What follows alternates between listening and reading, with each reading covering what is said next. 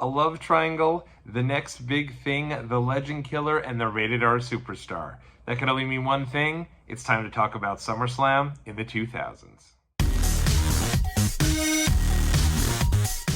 What's up, world? It's your boy Tommy on the spot for Watch Along Wrestling. Thanks so much for checking out the video here today. Perhaps I should have said a summer lovin' Tommy on the spot, as evidenced by my bit of a tan here that I have after an impromptu trip with the family, which explains why I was out of the office last week here on the Watch Along Wrestling YouTube channel.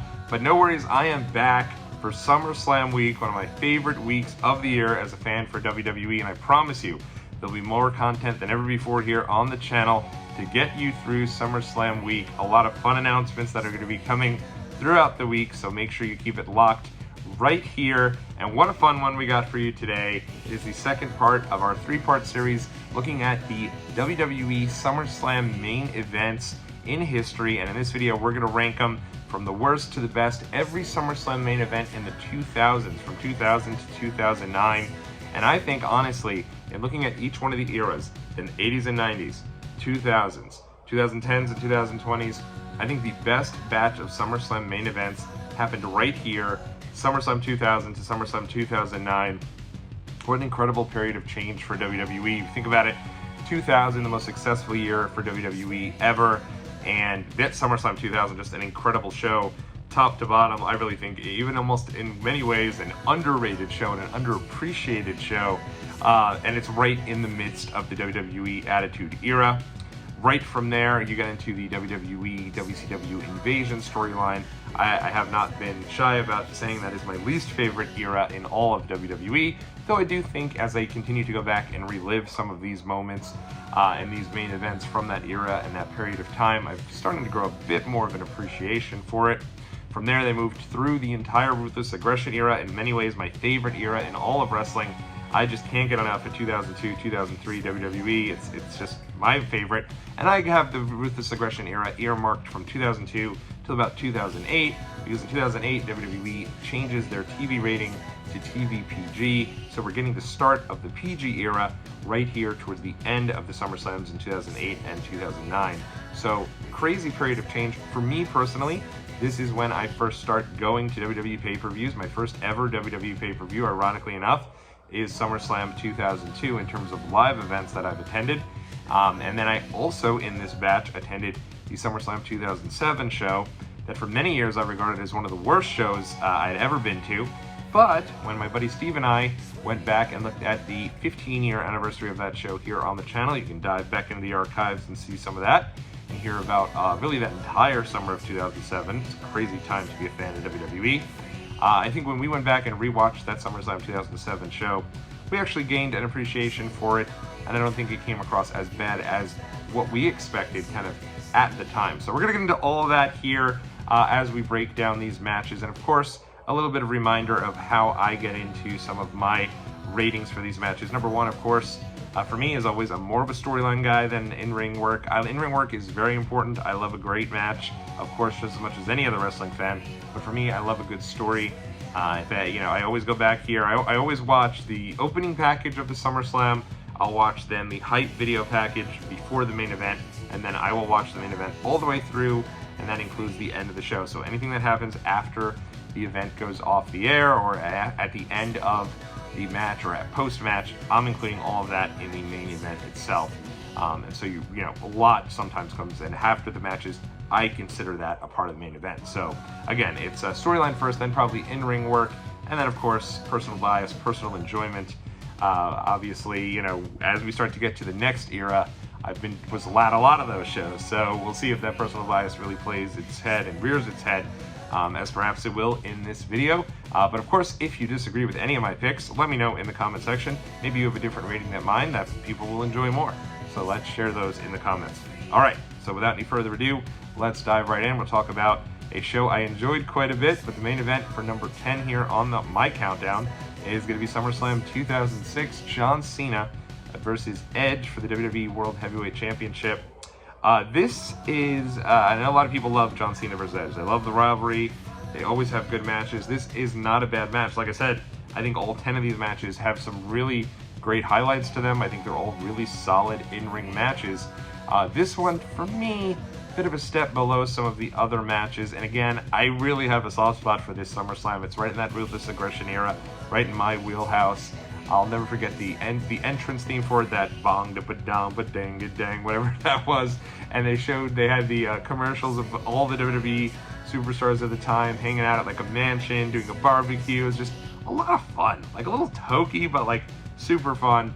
And you could actually still, if you have that DVD, I think they show you the behind the scenes of those commercials they filmed, so you could tell the wrestlers were all just having a really great time. But that has nothing to do with the main event. Main event, I think the problem with this main event for me is that it really comes across much more as a TV match than it does a really big blow-off that you would come to expect at SummerSlam. The fun thing here is that if Edge were to get disqualified in any way, he would lose the title. I think everyone expected that John Cena was going to be winning this match because they were also in Boston, Massachusetts, not far from John Cena's hometown of West Newbury, Massachusetts. So I think going in, there was a major expectation that John Cena was going to get the title back. It was going to be another short reign for Edge. And going into the match, RVD, you'd think was supposed to be factored into this match. He was the WWE champion coming out of One Night Stand and was earmarked for a lot more involvement down the stretch here in the summer of 2006, but unfortunately gets pulled over with Sabu, has the entire situation where they end up, they both are, driving under the influence of, it was only marijuana, I believe, at the time, but back then that was a big problem, and it still is to this day, but certainly back then that was like a huge, big problem because RVD had just won the WWE Championship as well as the ECW Championship, so he loses both those belts pretty quickly, is suspended. I think it kind of threw all the plans in the air for SummerSlam 2006 in general. Ironically enough, Sabu is not really in the doghouse. He has a ECW title match on this show. But I think that it kind of throws everything into a wonky situation. I think WWE had to go back to Cena and Edge, probably before they necessarily wanted to. And in total, this match with the Unforgiven match, which comes up at the next month in Edge's hometown and is a much better match, if I'm being honest. And it ends, it's a TLC match. It ends with Cena hitting the AA off the ladder through the tables. And so Cena beats Edge in his hometown after Edge beats Cena near where his hometown is, as obviously Unforgiven 2006 takes place in Toronto. So that whole rivalry, this is a nice piece of it. But again, the match it feels more like a TV match. Lita gets involved to still help Edge get the cheating win by handing him the brass knucks. He uses those on Cena. And it's just kind of like, all right, we get it. It was great at the time because it was so great to see Cena lose because Cena was winning all the time. And it was really cool to kind of see, okay, maybe WWE is actually moving forward with Edge. Maybe they do think he's ready for that main event picture after they teased us in the beginning of 06. So from that perspective, I liked it. I just didn't really like the idea that it didn't feel like a real climatic type of finish like you would, tend to expect during SummerSlam, like you normally would get during this period of time. So that's why it's number 10 on my list. Number 9, SummerSlam 2001, The Rock versus Booker T. I like this match. It's interesting. Here we are. WWE Championship is main eventing SummerSlam for the first time ever. Much more importantly, this is an historic match because it is the first time that you had a one-on-one singles match main event, a WWE pay-per-view with two African-American wrestlers in The Rock and Booker T. I don't mind the match. I think the match is actually good. Nobody is cooler, in my opinion, than Booker T and Shane McMahon coming down to that old school Booker T music, both raising the roof, and I'm just like, man, as cool, ice cold to the extreme, those two. At the end of the day, though, I think the ending here is a little predictable, and I don't think it should have been. Rock has no business being in the WCW title picture. What are we doing here? He's no relation to WCW. He's never been a part of WCW, and it just immediately is starting already, just a couple months into this invasion of downgrading the WCW Championship. Booker T should have been the guy. If they were going to be building WCW and that brand, he should have been the guy they were building around. And they kaput. I mean, he actually dominates this match. I was surprised how much he was on the offense for most of this match, and I did like the storyline of the bookend against the Rock Bottom. But at the end of the day, the Rock obviously was going to get the win here. I hate the backstage segments showing Team WWE cheering when the Rock would win, Team WCW, getting all upset whenever Booker lost. It's just weird. It's lame. And it makes it for a really I just didn't think that it made much sense. It's like all of a sudden the heels and the babyfaces were all together, and they were for each brand. It was weird. They should have done a much better job with the invasion. It's a shame they didn't. I think another thing that honestly hurts this match is it follows some really great matches. If you go back and watch this SummerSlam, first off, shout out to Drowning Pool, rest in peace Dave Williams. I loved that band. Let the Bodies Hit the Floor is the opening video package for this show. And on this show, you have an incredible yet frustrating match between Stone Cold Steve Austin versus Kurt Angle that ends in a non-finish. I hate when matches end in a non-finish, specifically at a Big Four pay-per-view. What are we doing?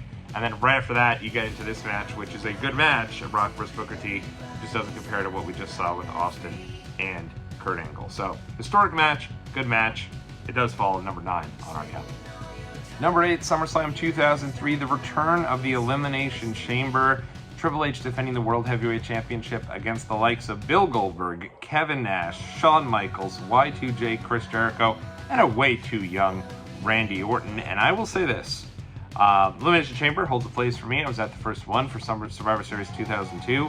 So at the time, it was supposed to be Triple H defending the championship one-on-one against Bill Goldberg. And the match was made from that to this major Elimination Chamber main event by, at the time, acting General Manager Stone Cold Steve Austin, and I was amped. I thought this was going to be great. What an upgrade. And I do think in many ways it was an upgrade. This is pretty great action here to start. And then Bill Goldberg comes in. Everyone knows I am not a Goldberg guy. Be the first to tell you, he's done so many things that I've just not appreciated throughout most of his time, certainly as a WWE fan. But on this night, man, it was magic. It was, if the WWE was ever going to get Goldberg over to being accepted as the guy for them, it was on this night. He comes through and he is just full of piss and vinegar. He is just a total badass. He's running through everyone. Spears, jackhammers, throwing dudes through the plexiglass panes there for the Elimination Chamber, destroying everyone. And quickly, he disposes of Shawn Michaels, Kevin Nash, Randy Orton, and Chris Jericho. And he's looking like, man, this is his night. There is no way that they're going to end up screwing this up. Here comes Triple H. He's waiting for him. Hunter comes in. They go face to face. And you're thinking, if he hits him with a spear, picks him up for a jackhammer, goes 1, 2, 3, even the biggest of Bill Goldberg haters will have no choice but to accept this man as our anointed champion and maybe into the future for WWE. And instead, sledgehammer, pedigree, 1, 2, 3. It is I will say this reign of terror of Triple H that gets a ton of hate, and a lot of it rightfully so, did lead to a lot of really significant wins for folks. Chris Benoit getting Triple H to tap out, big deal for him, right? Made a huge moment at WrestleMania 20 where it all began again. Batista made him a huge star moving forward. John Cena probably taken much more significantly when he taps out Triple H at Mania 22. So there's a lot of good that came from this reign of terror because it solidified Triple H as this guy that just keeps getting wins. But this was not the night to do it. I mean, it wasn't even the worst of the year. That's obviously Booker T at WrestleMania 19. But this was it killed Goldberg's entire run in one fell swoop. There was no reason for them not to change the title here.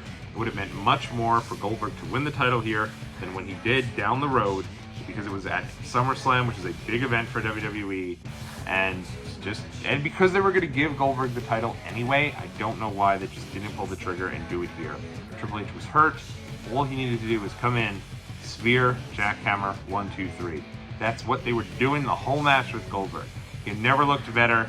Instead, he comes in, and due to this infuriating finish that killed Goldberg right away, that's why it's so low on our countdown. Despite it being a pretty solid match that I enjoyed on rewatch.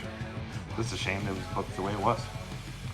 Number 7, SummerSlam 2004, Chris Benoit versus Randy Orton.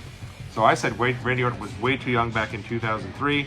He's still pretty young here in 2004. As a matter of fact, he's only 24 years old, and that is probably the reason he's even in this match. He was not ready to be world champion, but with that being said, he is, at the time, younger than what Brock Lesnar was back in 2002 when Lesnar had won the title, becoming the youngest reigning WWE champion of all time. Lesnar leaves out of nowhere in the beginning of 2004, pretty abruptly for the NFL. And when he does, They want to get him out of the record books pretty much as quick as possible. Orton's right there and, being built up pretty quickly. He's even younger than Lesnar was. They give the title to Orton. They take the title off him within a month. For me, it's a good match. How can you not have a good match with Chris Benoit, right? It's always weird watching the Benoit matches back. It is. I feel like this match maybe would probably be a step or two higher if that whole Benoit tragedy didn't happen, but it did. It does impact the way that I view his matches. I'm sure it does most people. I also just think this is such a strange deal because for whatever reason on this night, they always say Toronto's Bizarro World. Toronto, I don't necessarily consider it Bizarro World. They normally love the people that are from their country, and they normally love really talented wrestlers. And if those two wrestlers are heels, they have no problem cheering them on. On this night, they're booing their countrymen. Edge comes out, they're just over him, they're booing him out of the building. They just think he's just so, disingenuous, coming back as this like random baby face and just wasn't working. And then here they are. They're just embracing Randy Orton as their new hero against Chris Benoit. At the time, it was a shame. There was such a great moment of Benoit getting the title at WrestleMania 20, and he and Eddie embracing as where it all begins again, looking like WWE was going to go with Benoit and Eddie into the future. And Eddie loses the belt in just 2 months to JBL. JBL of all people, who was just like a tag guy at WrestleMania 20. Now he's the world champion. And then you have Chris Benoit losing the title here at SummerSlam. No shame in a reign that lasts from WrestleMania to SummerSlam, but honestly, I feel like a lot of Benoit's reign was overshadowed by Eugene. Eugene debuted, obviously a very controversial character, but when he debuted, it had gotten over to a pretty significant degree. He's actually wrestling Triple H at SummerSlam 2004 in a long match. But the problem was they showed Eugene like 4 or 5 segments every single week. It's like finally they got something over that some fans did find endearing, some fans found funny, entertaining, whatever it was, but they ran him to the ground. They showed the guy like 15 different times, and I think Benoit's reign in many ways was kind of a back player to the Eugene storyline that had gotten over so much because when The Rock had returned and had an interaction with Eugene and asked, "Who's your favorite wrestler?" and an iconic moment of Eugene said, "Triple H," and then of course that gave Triple H the idea. They're like, hey, I could use this Eugene guy, try to get the title back. So I think that unfortunately Benoit's reign took a step back because of that, and it was kind of sad in a way to see him already lose the title, even though I will say that I don't know if the reign was getting over as much with Benoit as the main guy on the roster, unfortunately. I think it could have, but again, just, the booking here in 2004 for WWE wasn't at its strongest. So Orton gets the belt, Evolution turns it in the next night, thumbs up, thumbs down, Hunter gets the belt back in a month. That was what it was. Alright, moving right along, we're going to go to SummerSlam 2007, a match I did not have the appreciation for that I did when I was there live. As a matter of fact, I hated this match when I was there live, and the reason for that is because I can tell you from a live perspective, when you arrived to the arena, it was Randy Orton, do. Everyone was into Randy Orton. The entire building had convinced themselves that Randy Orton was going to be the guy to take down John Cena. He was going to be, Cena had held the belt here for quite a significant amount of time. It looked like maybe Shawn Michaels would take it off him. He never did. And now here's Randy Orton, and this is really the first one-on-one pay-per-view match between John Cena and Randy Orton. So even though by the time they had a stare down, I think it was at Royal Rumble 2011, and nobody reacted at that point because it was like, no, we don't, nope, we've seen it, we're done. Back in 2007, it was a pretty fresh matchup, and I think there was a lot of buzz going into this match, and a lot of it was for Randy Orton, and it's a weird ending. Orton gets a near fall on Cena, and Cena just pops up, hits him with the attitude adjustment, gets the 1, 2, 3, and you don't even, as a fan, I remember Cena going, wait, no, and then the match ended. So it ends kind of weirdly, it ends pretty abruptly, and it was definitely during the era of Cena wins, and we just were over it. We were past that point, even though now Cena's 2007 is romanticized. In 2007, all you wanted was John Cena to lose that belt, and probably no night more so than here at SummerSlam 2007. They just did not pull the trigger on it, and it's a shame because a month or two later, Cena gets injured, and unfortunately you never really get the payoff of somebody defeating him after such a long reign that had gone on for really quite a significant amount of time, and had become, for that period of time, a really long and substantial reign. As we get to the top 5, it's number 5, SummerSlam 2005. the Heartbreak Kid Shawn Michaels versus Hulk Hogan. This is a match some people love, some people hate. It was icon versus icon. And one of the big things about WWE that I've come to love and expect every year is the big summer storyline. Whether it be the Nexus or whether it be this year with Solo Sikoa and the New Bloodline, there's always something WWE gives you to sink your teeth into for the summer, leading into SummerSlam. And in SummerSlam 2005, and this storyline here between Shawn Michaels and Hulk Hogan started really, I think, in June of 2005, maybe even a little bit before then, but it would culminate on the eve of the 4th of July. And I have videos about this because I remember it so well. Being out with family and friends, celebrating the 4th of July, coming home, watching Raw from start to finish, and boom, sweet chin music, Shawn turns on Hulk Hogan, and I loved it. I ate it all up. I thought it was so great. I have been clamoring for a heel Shawn Michaels. I didn't think we'd ever get it after he returned in 2002, as you know, once he leaves NWO and has his big comeback match. And I think this really is the point for me where they go over the top.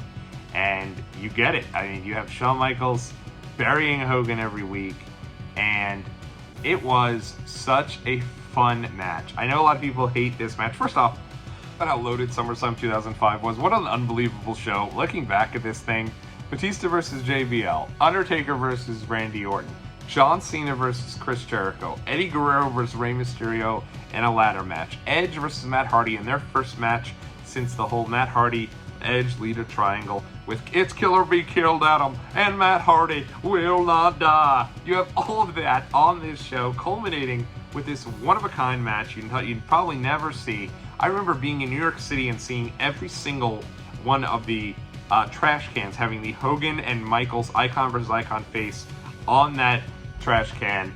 The Larry King Live vignettes where Shawn Michaels comes out as Hulk Hogan, and because of the fact that I guess they had agreed that this would be a match where at least Shawn would get his win back, and it would likely be a best 2 out of 3, and then Hogan, I guess, balked on it, so instead, SummerSlam was going to be the one and only match. Shawn decides to put on a show, like only he can. Why? Because he can. He's the showstopper. He oversells everything. He acts a fool during this match. He takes a big boot and backflips out of the big boot. He bounces off the ropes like a cannonball. And honestly, a pinball, I guess, it was so entertaining. I loved it. On a rewatch, I loved it. I know that a lot of people are going to say, you know, how dare I put this above some of the other great matches. But in terms of entertainment value, and again, the build being such a big deal and such a cool storyline here, I loved it. And then the next night, you have Shawn come out and get the last laugh at Hogan to start Raw, where he talks about how Hulk Hogan was so nimble and he was so athletic, when really, that's never been Hulk's game. Really fun stuff here, and a fun main event. Number 4, SummerSlam 2000, The Rock versus Kurt Angle versus Triple H. This is another one that I know might be a little controversial, but I love this match. I love the match, I love the storyline. This storyline between Triple H and Kurt Angle, and the two of them having a love triangle with Stephanie McMahon and Trish Stratus kind of thrown in there a little bit as well. I thought it was just so well done. And the heat going into SummerSlam this year, following the kiss between Kurt Angle and Stephanie McMahon, was just off the charts. Now, The Rock is a little bit of a background player here. You almost forget he exists. The match itself starts with like this incredible, intense brawl between Triple H and Kurt Angle. That they just battle all around. They go through tables, all these different things before The Rock even gets out there to start the match. And it's a little weird because he's the champ, but it kind of works. And upon rewatch, it really works. And I think that like when Rock came back, I did a video on the Mount Rushmore of The Rock's greatest matches, and I went back and I watched a lot of his stuff from his People's Champion era of The Rock, where he's faced the WWE. He's kind of filling in for Austin in 2000. And Rock was just on fire. Everything he does is so crisp. His matches are really good.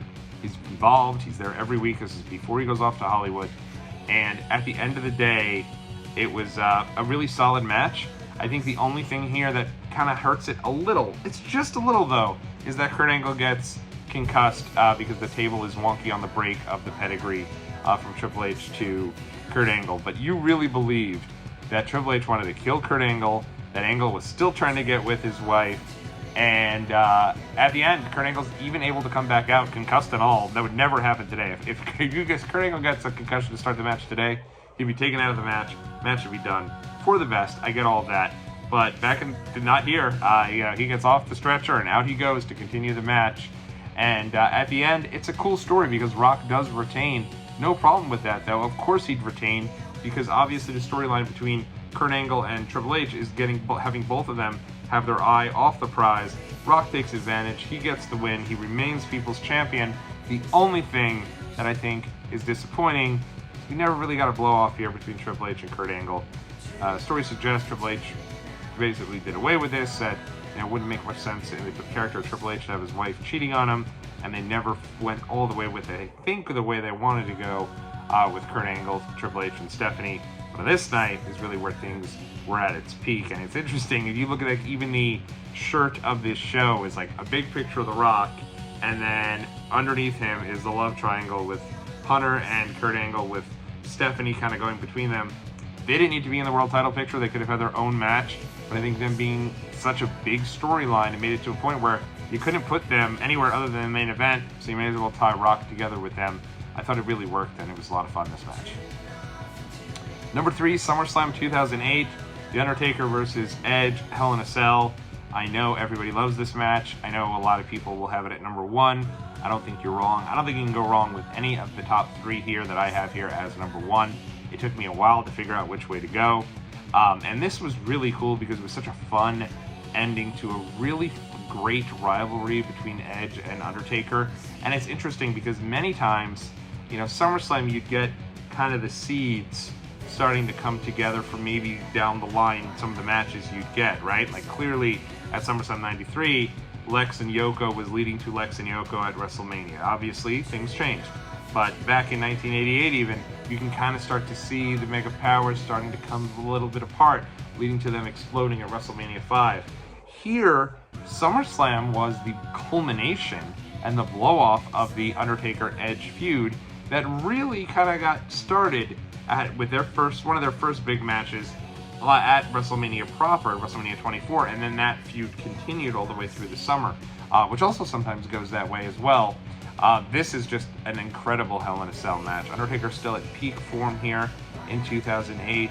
Edge is one of the best in the business at this point. He's really come into his own, and it really has continued to build over these last couple of years from like where he was back in 2006. It's a brutal Hell in a Cell.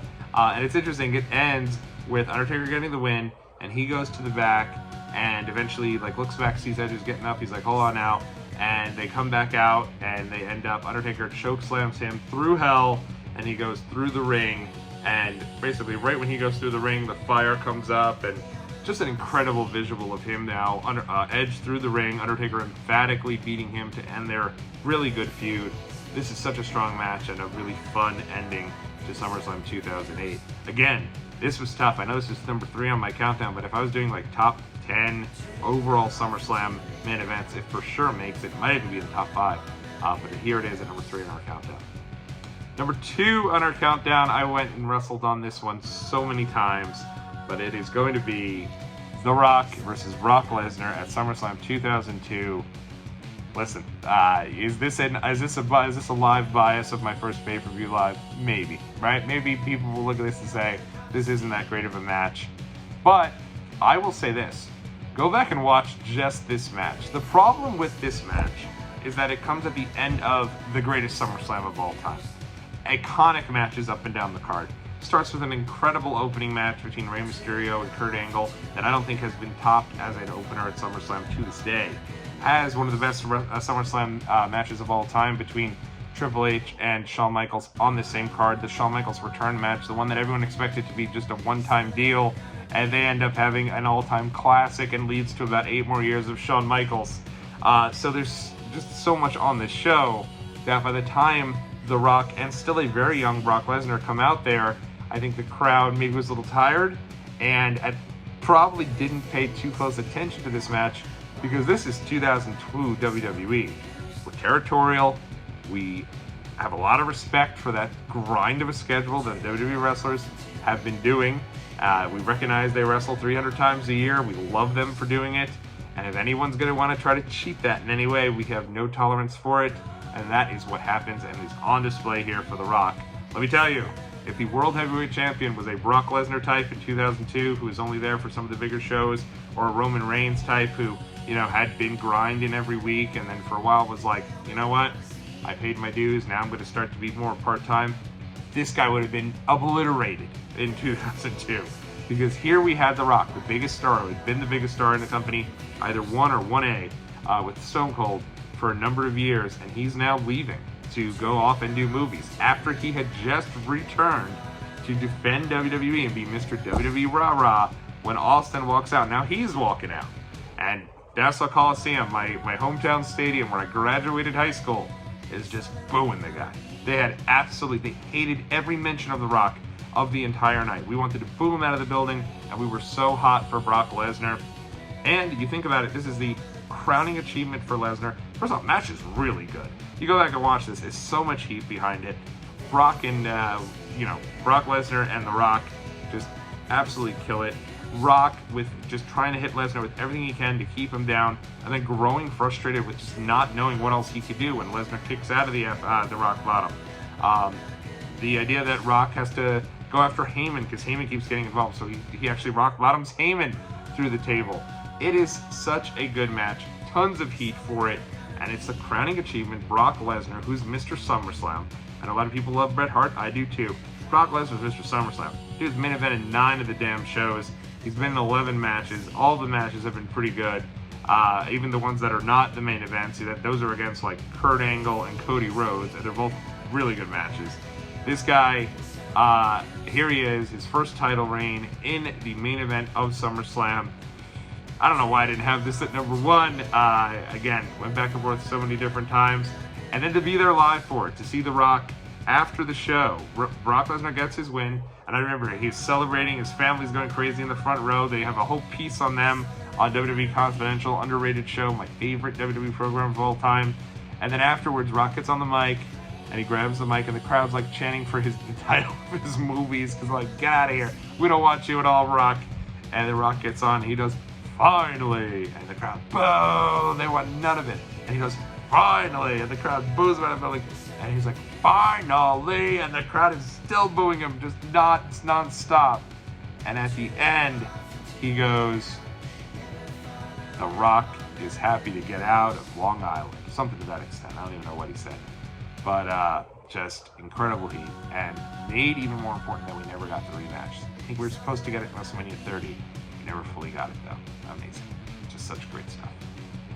This brings us to the greatest main event in SummerSlam history during the 2000s.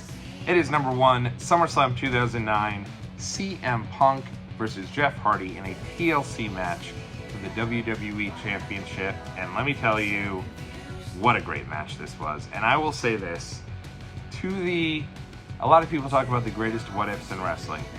For me, the greatest what-if in wrestling is what if Jeff Hardy re-signed with WWE in 2009. The arrest never happens after this match, because it does pretty quickly right afterwards, right? Probably about 2 weeks after. Jeff Hardy goes on to have his reality TV show that he was in the process of getting with Fox, at least in talks to get it, I believe it was with Fox, and continues on into the future with WWE. To me, I really think he would have been one of the biggest stars for WWE for probably the next 5 to 10 years if all of that doesn't happen. Instead, it does happen. He signs with TNA. Has a good run, I think, with TNA. But you look at this show, SummerSlam 2009. John Cena versus Randy Orton is on this show, and it's for the world title. The return of Generation X, Shawn Michaels, and Triple H happens on this show. They got a gigantic tank entrance, and they're coming back to reunite to go against Legacy, Cody Rhodes, and Ted DiBiase. Either of those matches could have main evented, but they didn't. Instead, they went with Jeff Hardy defending the title against CM Punk. I was a major Jeff Hardy fan at this point, let me tell you. And if you watch this show, it is the first of many years in which WWE does SummerSlam at Los Angeles. It was 6 straight years they did SummerSlam in LA. And Jeff Hardy ends up, he is presented as the biggest star in the company. every Make-A-Wish rally they're doing, every show they're doing afterwards, Jeff Hardy is positioned as the guy. And it really did. It looked like WWE was ready to go all the way with Jeff Hardy being the face of the company. He was super over. He was so fun as the charismatic Enigma. I dressed as the guy for Halloween 2009 and lost a ton of weight to do it. It inspired me pretty much for about a year to lose a bunch of weight so I could dress as Jeff Hardy for Halloween. And I'm sure I wasn't alone. I'm sure a lot of people were into Jeff.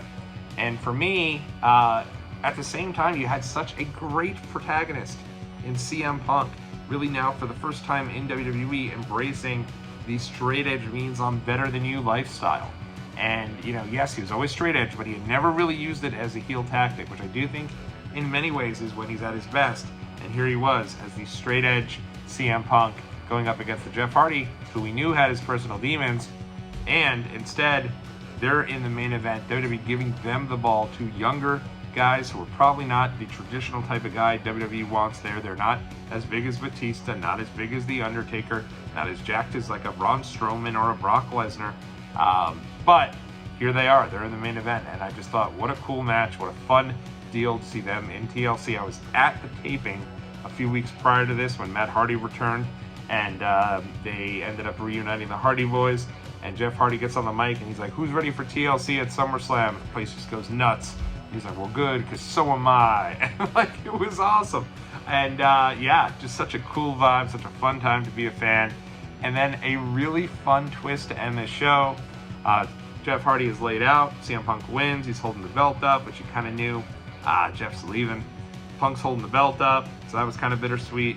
Lights go out. Taker's music hits. They come back, and you watch it too, because not everyone notices. Crowd goes like nuts, and then like, oh, all right, we're back. No, there's no Jeff. Somehow when the lights went out, they flipped Jeff, had him in the same position that ends up being the Undertaker's position.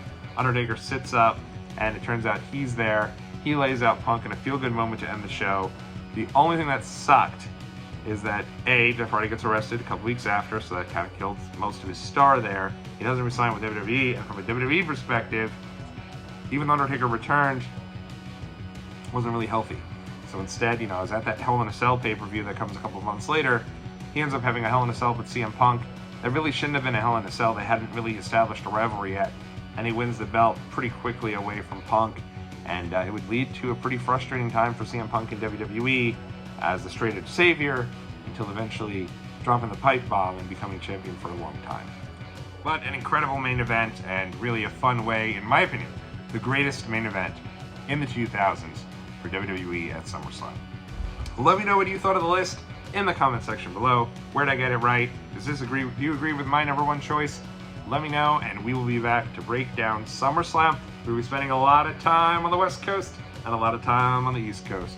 SummerSlam from the 2010s through present day here in the 2020s. It's going to be fun, and we'll break it all down for you real soon right here on Watch Along Wrestling. Until then, take care. See you on the next video.